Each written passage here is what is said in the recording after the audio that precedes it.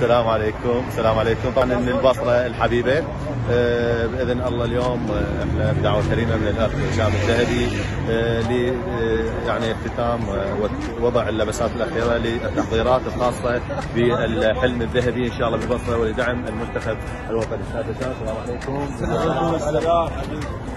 اليوم طبعا جيتكم للبصره وياكم.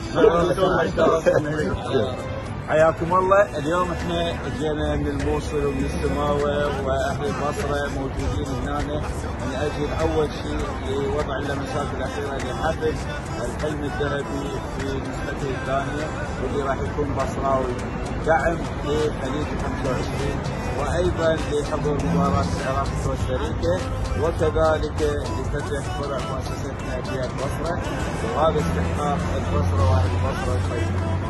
جزاكم الله خير، وطبعا نتمنى دعاءكم للتوفيق في هذا الخطوه المباركه ان شاء الله.